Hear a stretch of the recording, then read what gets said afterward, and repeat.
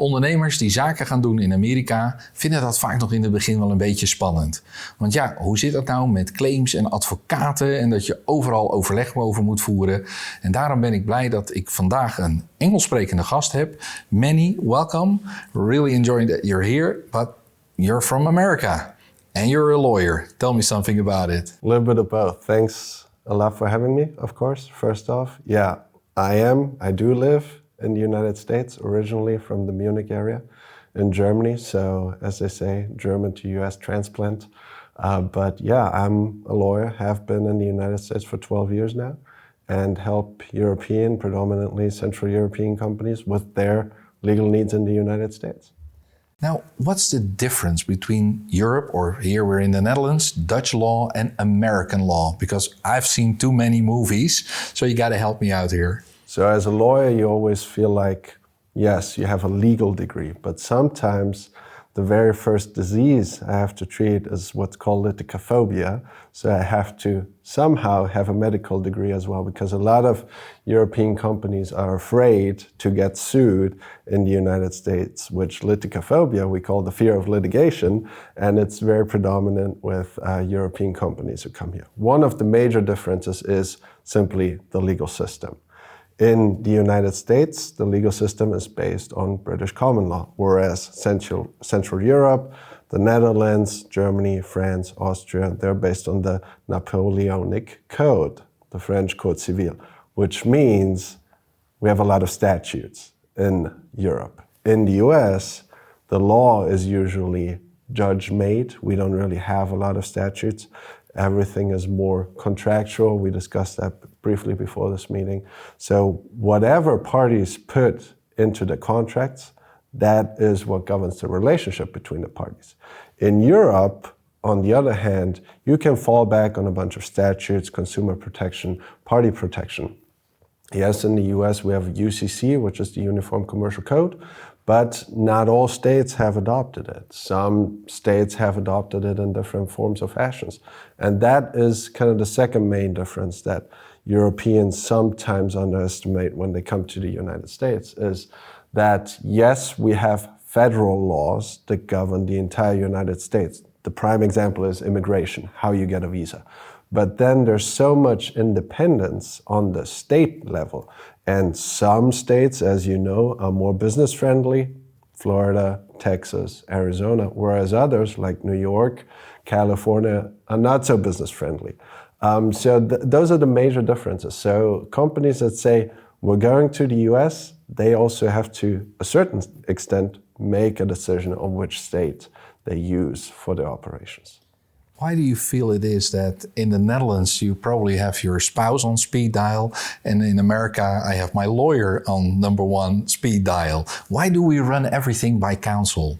Yeah, I think number one is a little high, but maybe number two, that's where my clients put me, no, jokes aside. But yes, so everything that, well, there's always some truth to the litigation aspect of things. So the US is a very litigious society. And European companies going to the US, they have to adapt to the system a little bit, right? And that starts with the legal advice. Companies that don't get paid from their customers, right? Here in Europe, we're like, okay, maybe we write it off, we trust them, they'll pay us eventually. In the US, people are very quick to just file a lawsuit, right? Because you can also dismiss it right away. I filed lawsuits over $5,000 that were owed to clients, because sometimes they say, okay, we've watched long enough, now is enough. Because it is true that to a certain extent, European companies are sometimes being taken advantage because US customers know the mentality, and you'll get sued very easily, right? No harm, no foul. But it takes us Europeans a very long time to actually pull the trigger and say, until here and not any further. So now, let me talk to my lawyer, file a lawsuit. That's on the litigation side. The other important aspect that you mentioned is why you should have your lawyer on speed dial is the contractual side. Like I said earlier, we have the freedom of contract. Everything that is in a contract governs the relationship between the parties. So if you agree to something that your lawyer could have reviewed and told you about before you signed the contract, it's a lot easier to do that, and quite frankly, a lot cheaper as well. If you're in a court fighting over the language of a contract after the fact, you know as well as I that this is very expensive because legal advice in the US is a bit more expensive than it is in Europe. I hear you. And what we see sometimes, it's too late. People come to you and already they made a mistake. For example, they downloaded a contract from Florida and they tried to apply it in Texas. Now, what's wrong with that, right? It's Google. That's right. I mean, it can't be wrong if you're asking me, but even worse is when they say, okay, I'm using this, terms and conditions, for example, are the perfect example. I'm using these in Europe, they're already in English, so I can just adapt them to the United States, not even Florida or Texas or any of those. But there are always legal nuances between different states. So I always ask my clients, before you put something out there that's gonna get signed or that you are being asked to sign something, just let me take a quick look at it, because what reads, everybody that does business, or the majority of Europeans that do business in the US, they know how to speak English, right? But the legalese, the legal language, can mean something completely different than the actual language that you and I are using while we're having a discussion. So just being aware of that, and if you're uncertain, just let your lawyer briefly look at it. Don't download anything that I know there's companies that provide templates. Yes, I always tell my clients, if you have a template, send it to me. I'm looking at it. I'm not going to start from scratch, right? Send me what you have, I'll adapt it to the market, and then it'll be a very cost-efficient way of doing it. But don't try, why did I go to law school, right? Because I want to bring value to my clients. Just like the CFO, the CEO, they didn't go to law school, right? They have to do business, so don't dabble in the legal aspect, especially if it's a legal system that you may not be used to. Now, in the Netherlands, it's called a BV. In America, it's most of the time an incorporation, an Inc. or C Corp. So they have their entity here, they have their entity there. But they always seem to forget the blocker entity, or what we call in Dutch the buffer BV. Help me out here. Why do you need a blocker entity? So one of the biggest fears that we talked about early on is the litigation, right? You don't want to get sued in the United States. And why is that? Because you don't want to lose all the assets that you've built in the Netherlands over 10, 20, 50, sometimes 100 years, right? But as soon as you do business in the United States with, even worse, your Dutch BV or without a blocker entity, all the assets that the Dutch BV has are on the line. And sometimes I get contacted from other lawyers out of Europe, Denmark, Netherlands, Germany, because they have a judgment, a court judgment in a Danish or Dutch or German court of law against a US company, and they want to enforce it in the United States. So they call me. This goes both ways. So a lot of companies may think that I do business with a Dutch BV, they can sue me, they're not going to collect against the judgment anyways, so I don't have to worry about it. But no, an American court judgment can be enforced in the Netherlands as well. So you want to prevent that from happening altogether, and that is the beauty of a blocker entity.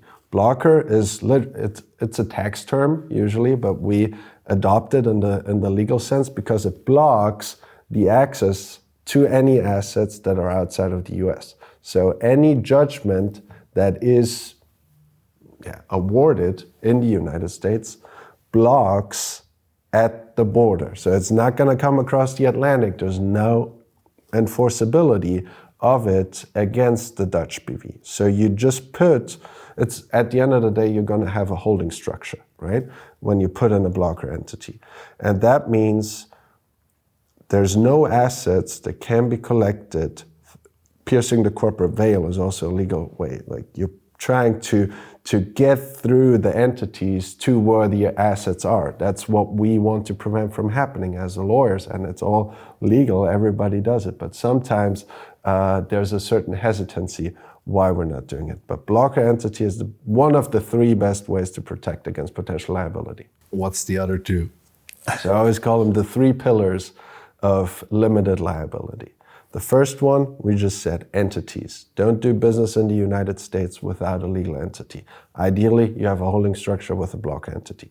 The second one, we've also already discussed a little bit, are the contracts, right? You want to do business with as bulletproof contracts as possible in the United States based on US law, adapted to the US legal system.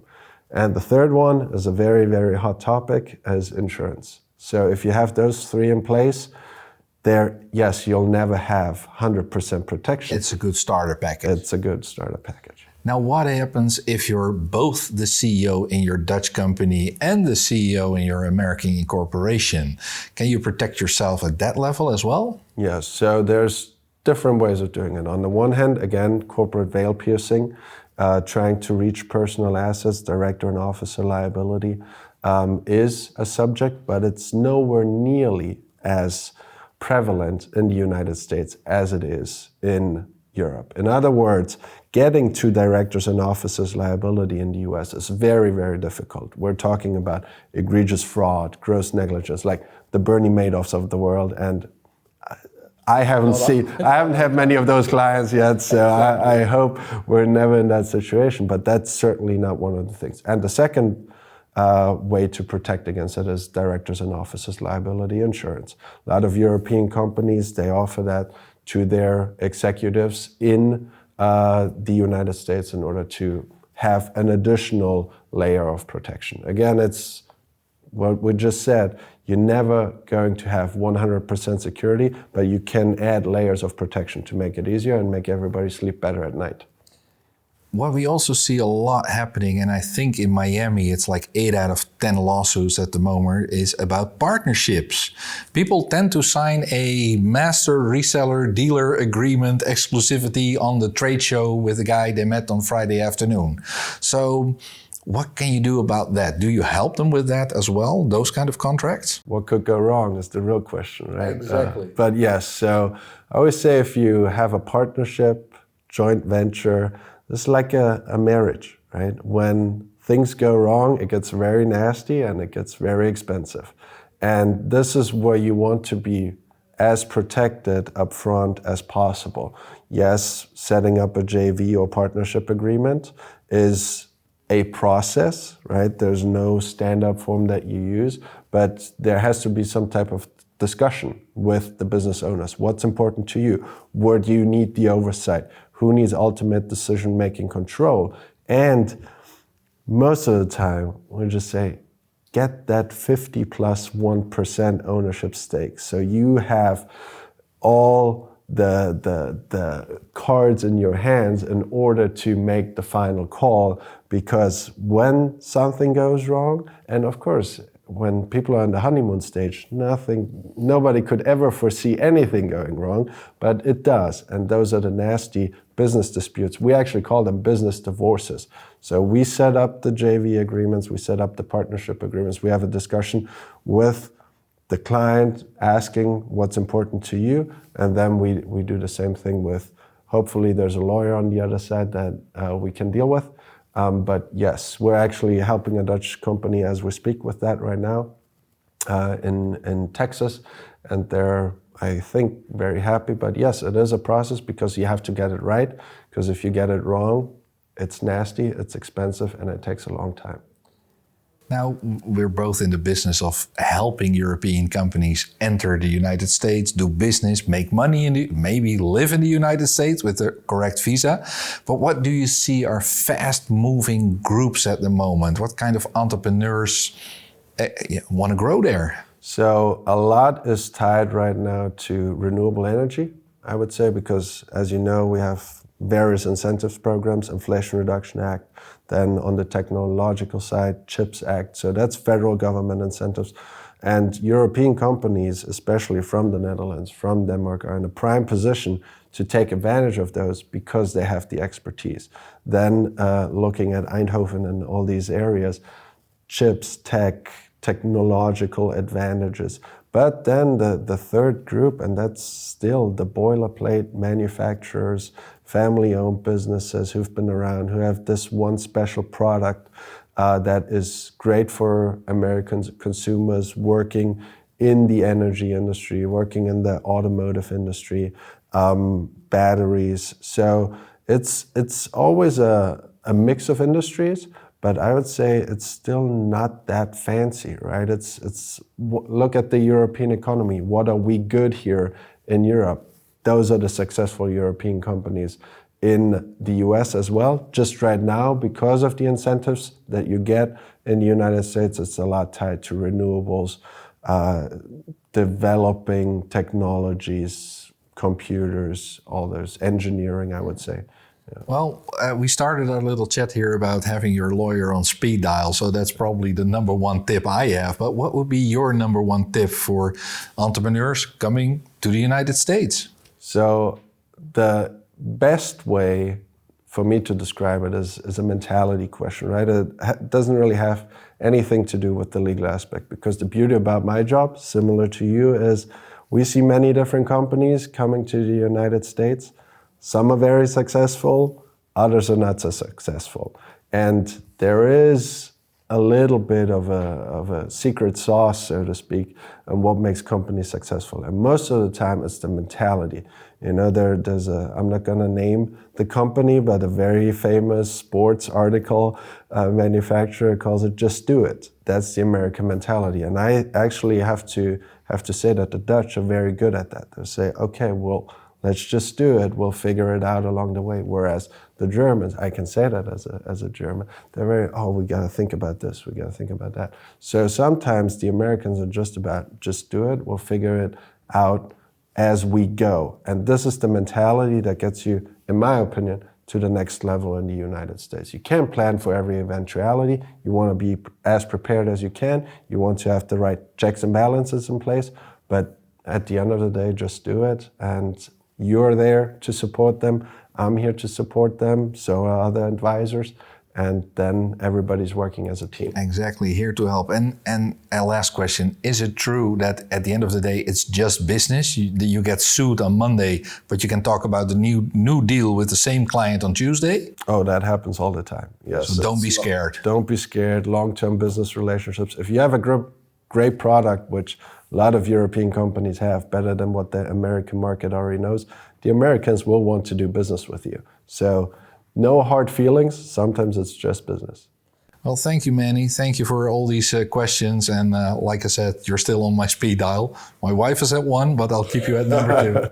I'll take number 2 any day. Thank you for having me. It was a lot of fun. Appreciate it.